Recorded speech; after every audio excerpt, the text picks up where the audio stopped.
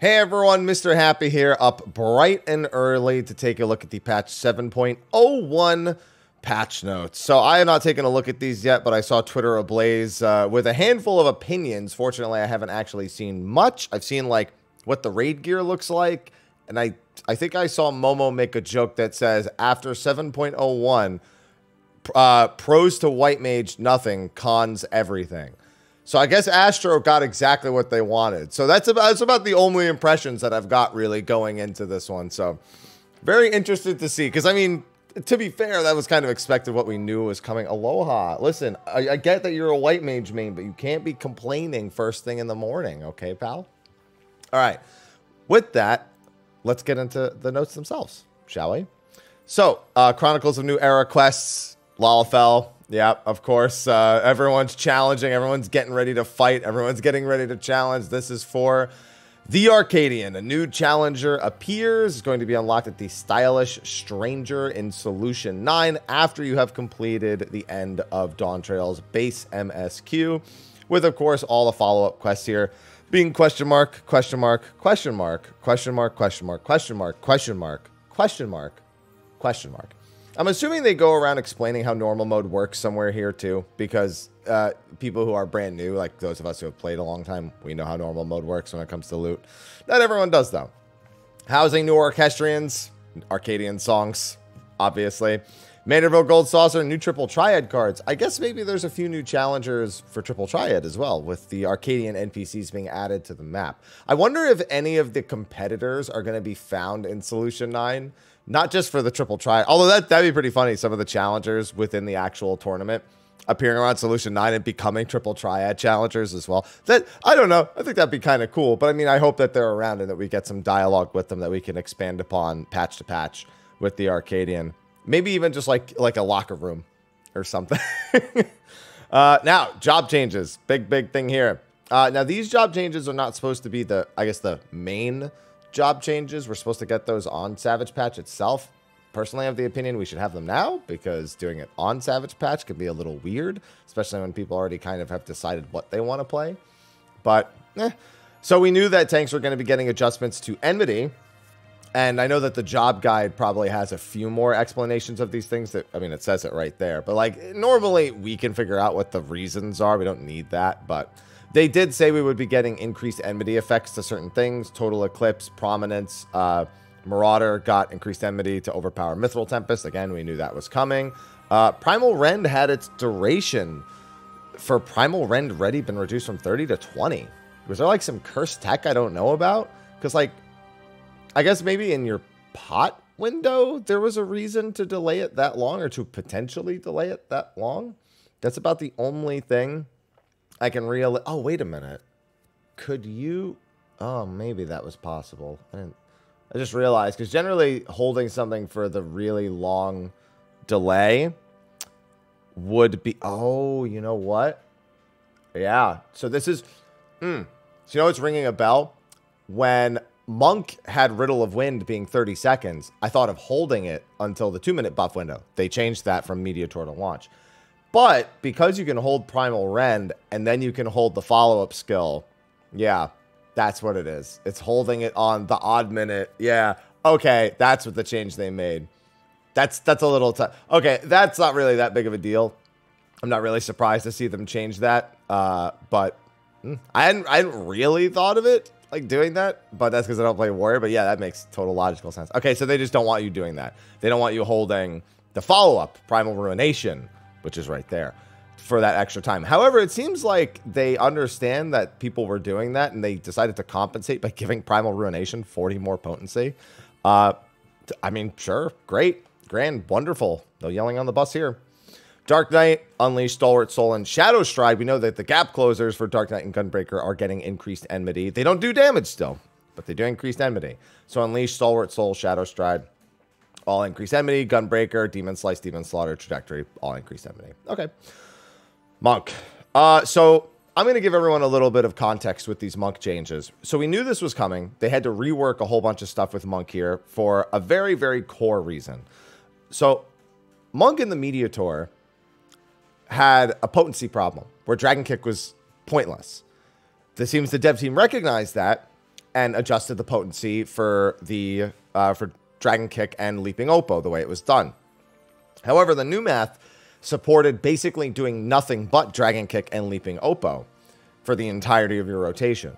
And that was what they were referring to in the heads up we got to these job changes. So the goal here is to make it so that you have a reason to go into every stance. Now, they had several ways they could have achieved this.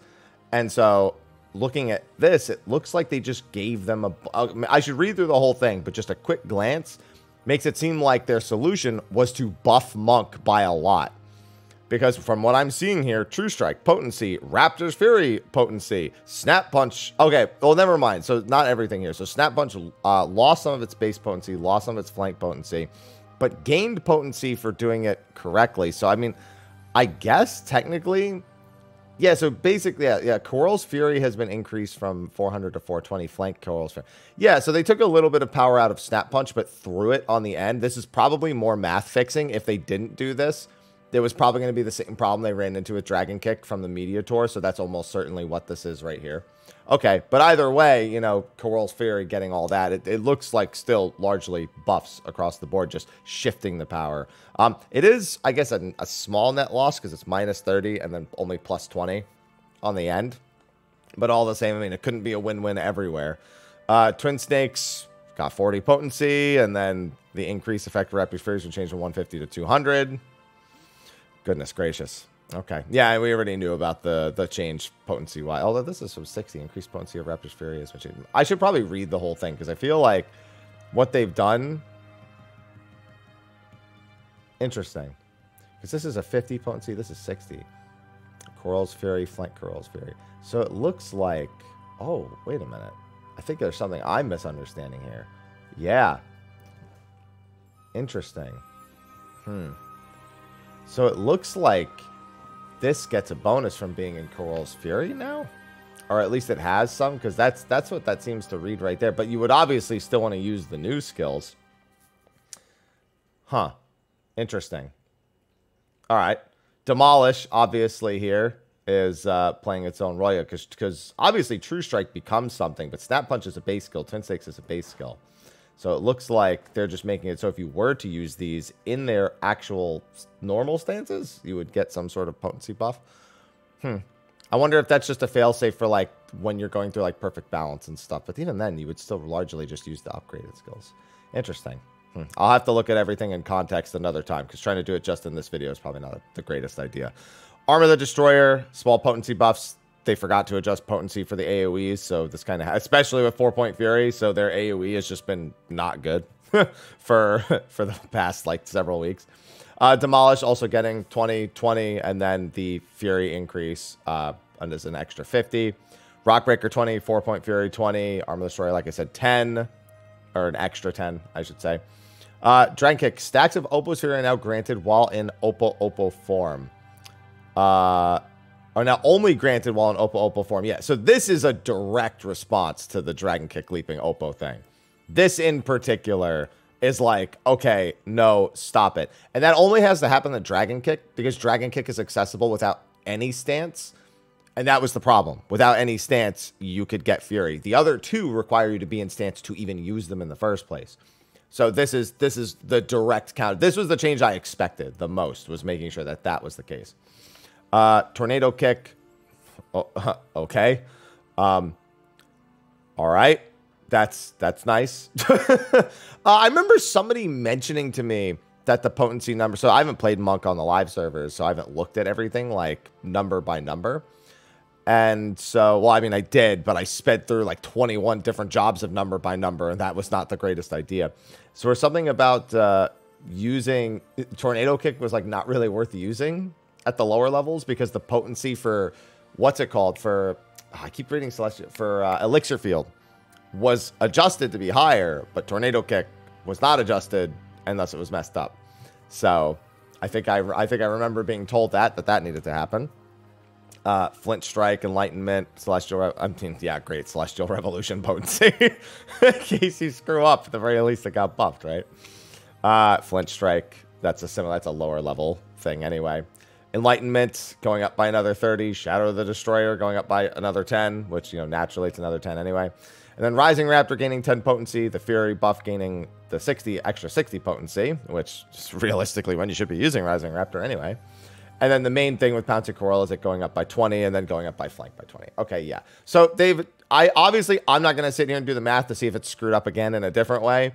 I'll leave that to the people who have been putting a lot of time into Monk and found that math in the first place. Not that it would be very hard, but I would have to do it. And now is not the time for it.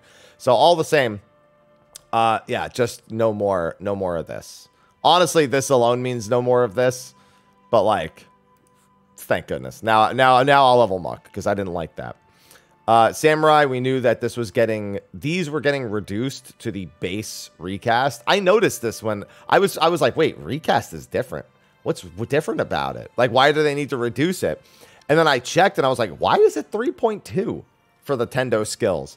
And someone was like, because the animations are really long and they want you to see the whole animation. I'm like, no, bring that down to 2.5. That doesn't make any sense. There you go. 2.5. That needed to happen. Viper. So it looks like they just gave so we knew they were getting range increases to their skills. And thank goodness, because I noticed when I was trying to do, especially like the first boss in Strayborough, I was like, man, I feel like my skill range is not good enough on some things. And that's really annoying. And so, yeah, that probably needed to happen. So really glad to see this. Surprised the positional changes aren't here, though. We were told they were going to, A, reduce the busyness, and B, reduce the positional requirements, which may technically be the same thing. On top of this, I feel like that's a change that should have been made here and should not have been held for Savage, because it's a pretty substantial gameplay change. Now, it should technically just make it easier on the Savage patch, maybe why they don't care. But I'm of the opinion something like that should change now and not later. But you heard that earlier. Well, at least Umbral Soul's level 35. That's one of the many things that Black Mages want. So let's see. We still have what? Ice Paradox. Flare Star maybe not disappearing immediately if you leave fire. Any amount of things to help it catch up to Pictomancer. any number of things, to be fair. Again, we know there's another balance patch before Savage, but nobody likes feeling like their job is being overshadowed and then just getting that. But that's good. We like this. We just like more also. Yeah.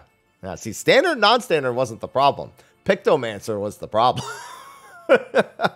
Red Mage, Manification. We knew this was coming. It being increased to 30 seconds. Apparently, towards the end of the Red Mage combo during Manification, they were losing some potency because Manification was falling off so quickly. So good to see that. Astrologian, Light Speed. Yeah, I mean, this is exactly what I predicted. 2 charges, 60 seconds. No duration change is the big thing. So massive buff. Insane.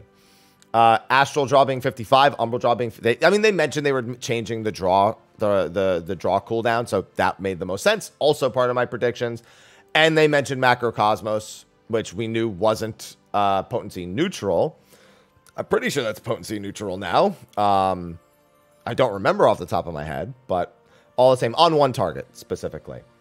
So yeah, Astro, yeah, that's a good job. I said that if those exact changes all happen as we expect them to, Astro is going to be pretty much a dead set lock-in for most hardcore healers doing day 1 world prog. Well... I did say at the beginning what Momo said, so I'm not really that surprised. So this is important. The following adjustments have been made to... I feel like you should have maybe put this up when I was reading Why would you wait till the bottom to tell me this about Monk? Come on now. Maximum stacks of Raptor's Fury has been reduced from 2 to 1. Maximum stacks of Coral's Fury has been reduced from 3 to 2. So this is really funny. This is literally... I don't want to use the word catering because I like this change too. This is catering to the... I've been playing Monk for 10 years muscle memory that many of us have.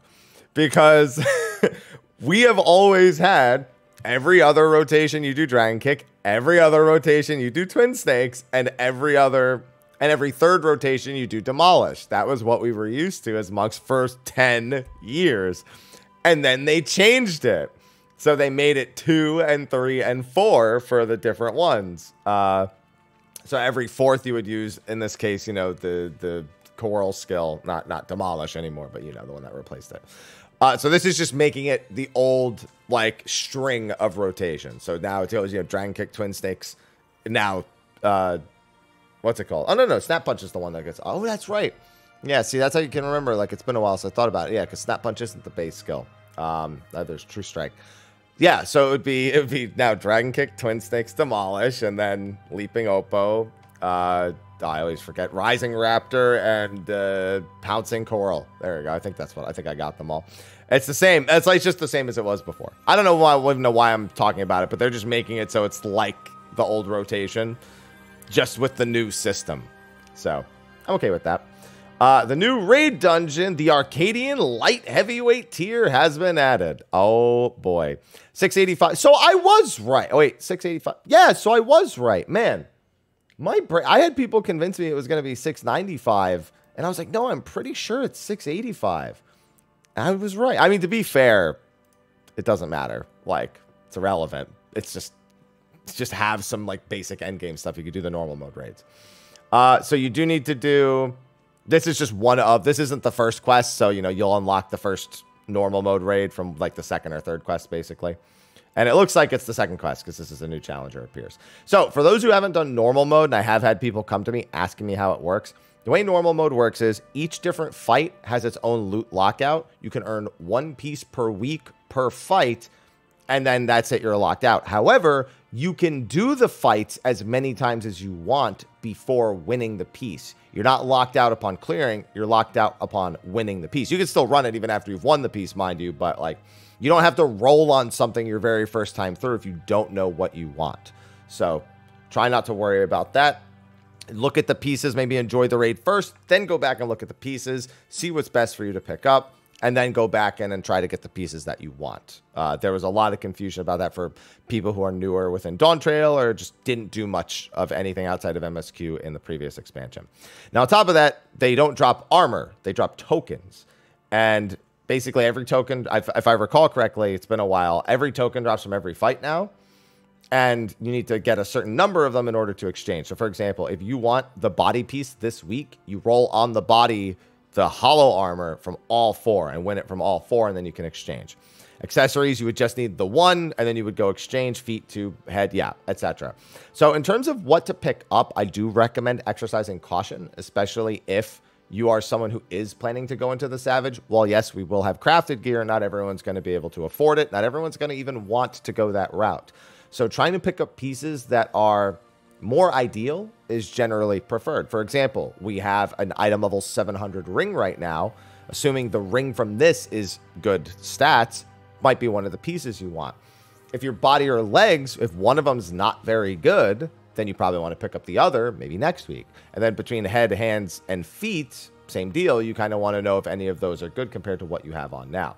And then you can fill in the rest with crafted gear next week if you're somebody who cares. You could also pick up a crafted ring, but again, I'm going to be replacing everything with crafted, so it won't really matter by the time I get to the 3rd or 4th fight. That's going to be especially important for the scaling on the 3rd and 4th fight if you're doing week 1 prog. But I do exercise that. Don't roll on things the first time through. Maybe take a little bit and put some stuff into consideration. And then also you will get 1 light heavy hollow blade with 7 of these. You can exchange it for a universal tome, and the universal tomestone plus some heliometry tomes, which don't come out for 2 more weeks. You can use that to purchase an item level 720 weapon. Now, if you're wondering about the item level of normal mode, mind you, item level 710. Normal mode on release of the expansion always matches the extreme trials, so you'll largely use it for left side in that ring slot. And then again, you can fill in other things if the stat spread isn't very good. I'm thinking of getting rid of the legs because they have skill speed. The aiming legs, I'm pretty sure, have skill. I was going to even just downgrade them to 690 if I recall. So that'll probably be the piece that I pick up. Unless these have skill speed, in which case I'll be very upset. Following duties have been added to the Duty Roulette normal raids, all the light heavyweight fights. Duty Roulette Mentor also has those. And the Mentor going up to 685. Stone Sky Sea has light heavyweight. A new target ring has been added. While under the effect of directional disregard, enemy target rings will take on a distinct new shape. This indicates that directional requirements do not need to be met when attacking these targets. So they're just adding a visual effect. So under the effect of direction, so it sounds like they're making it so that there are portions of the fights that can have a disregard for your directionals. Now, whether or not they'll use that for a lot of bosses or not a lot of bosses is a bit of a question. Because normally I would have just assumed this is a use of a change of visual for this ring, but very specifically under the effect of directional disregard. I'm curious to see how this actually gets used.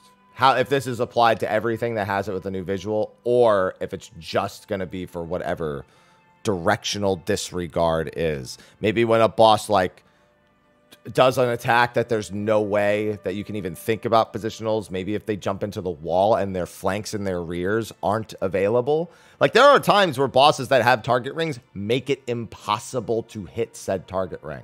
Like that happens.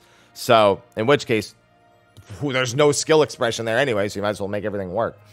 Outside of True North, I suppose. It's just, you know, that's what it is. It's a True North check, which isn't the worst thing, but still, kind of annoying when it's forced on you and it's not really just because of mechanics. So I'm wondering if how this is applied. We'll have to wait and see.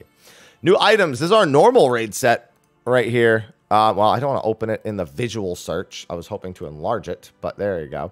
Yeah, it definitely looks like arena brawlers stuff we've got going on here. I actually like the backs of some of them. I think it's funny that essentially it's boiled down to you look like a hoodlum fighting in an arena. Normal mode. Yeah, it's got like wrestling vibes and stuff like that, which makes sense. And reminder, I looked over and I saw some people asking, "You're sure this isn't crafted?" Yes, because crafted's not in the game for 2 more weeks, and these have been added today. And they also say items added in 7.01 will be listed at a later date. So, furnishing stone partition can now be dyed. Cool. Requirements to access script exchange have changed. Okay, this makes sense. So, one of the big things that I've seen some complaints about has been that you need to reach this NPC to access script exchange, which is quite far into the MSQ. They're making it so you get it a lot sooner. I had a whole huge discussion with someone in my chat like, wow, yeah, why? That's so strange. Why did they make it that late? The whole thing. So should be fine. New minions have been added, of course. There's usually a minion in normal mode, so that makes sense. And then the area newly added will be split into multiple instances. Oh, yeah, like the area going into the Arcadian itself. Okay. And they are reducing some of the instances. Both of the 6s are being brought down to 3 and Tuliol all to 2. Okay, this I figured was probably going to happen. Oh, so I'm sure the conductors for Hunt Trains are very glad to see that. Old Charlian will no longer be separated. Makes sense. New achievements and titles added. New trophies and achievements for PS5 and Xbox. New music and sound effects and some resolved issues. I never really like to look too much into the resolved issues. There's usually like a handful of things that are there that make sense, like stuff from maybe the previous patches. Players can manually disable the effects. Yeah, like this is the Picto bit that was mentioned, because there's like a tech you can do with Picto where you click off a buff to skip thunder in your rotation. And apparently it's a mild gain. It's not like a crazy gain, but it is a gain. And so that was being abused for a little bit more power, but it's not, still doesn't make or break Pictomancer. I think it's the best thing to state with that one. Oh my goodness, there's quite a few other various. Known issue, an issue wherein the fade out timing is incorrect for an orchestrion roll added in 7.01 when playing it in a playlist. It's not bad for one known issue. I don't think I've ever seen a known issue section on a patch note that's just got one thing. And it's so minor. Either way, that is it for the patch 7.01 patch notes. Anything that wasn't in the job changes here that was mentioned in the post from last week will be in the Savage update. So please look forward to it. Keep praying for your job if there's something you wanted to see in there. And I'll keep praying for you. Anyway, that's going to be a wrap. Thanks, everyone, for watching my patch note overview of 7.01. I'm going to get back to my live stream right now, get this posted over to YouTube, and wait for these servers to go live. Maybe they'll go live early. There's a chance. It's not the Savage release, so it could happen. They didn't say it couldn't. So we'll hope. Anyway, thanks for hanging out. I'll see you in the next video. Until then, bye-bye.